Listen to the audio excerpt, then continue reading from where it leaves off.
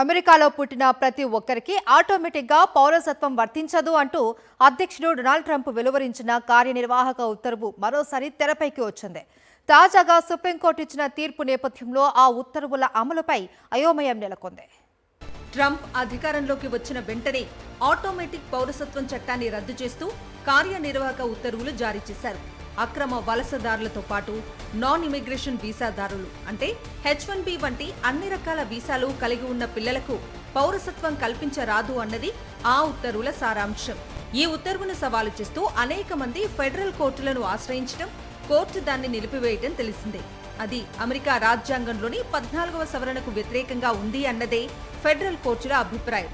Federal కోర్టుల మధ్యంతర ఉత్తర్వులు చెల్లవని ఇప్పుడు సుప్రీంకోర్టు 6-3 మెజార్టీతో తీర్పు చెప్పింది.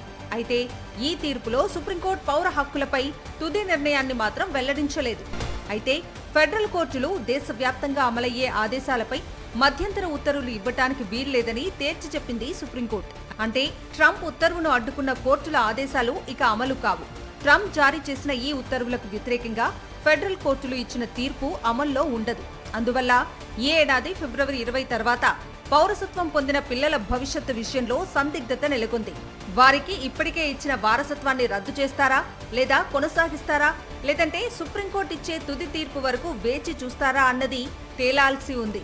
అటు సుప్రీంకోర్టు కూడా ట్రంప్ ఉత్తర్వులను నేరుగా ఆపలేదు, అలాగని చట్టబద్ధంగా ధృవీకరించలేదు కూడా. కానీ స్థానిక కోర్టుల అధికారాన్ని తొలగించడం ద్వారా ట్రంప్ ఉత్తర్వులను ముందుకు సాగే మార్గాన్ని చూపించిందని న్యాయ నిపుణులు చెబుతున్నారు. చెప్పొచ్చేదేంటి అంటే సుప్రీం తాజా తీర్పు ట్రంప్కు పెద్ద ఊరట. ఇకపైన ఫెడరల్ న్యాయస్థానాలు దేశమంతటా వర్తించే ఉత్తర్వులను నిలుపుదల చేసే అధికారం కోల్పోయాయి. ఏదేమైనా అమెరికాలో పుట్టిన ప్రతి ఒక్కరికి పౌరసత్వం కలిగించే హక్కు ఇంకా ప్రశ్నార్థకంగానే మిగిలి ఉంది.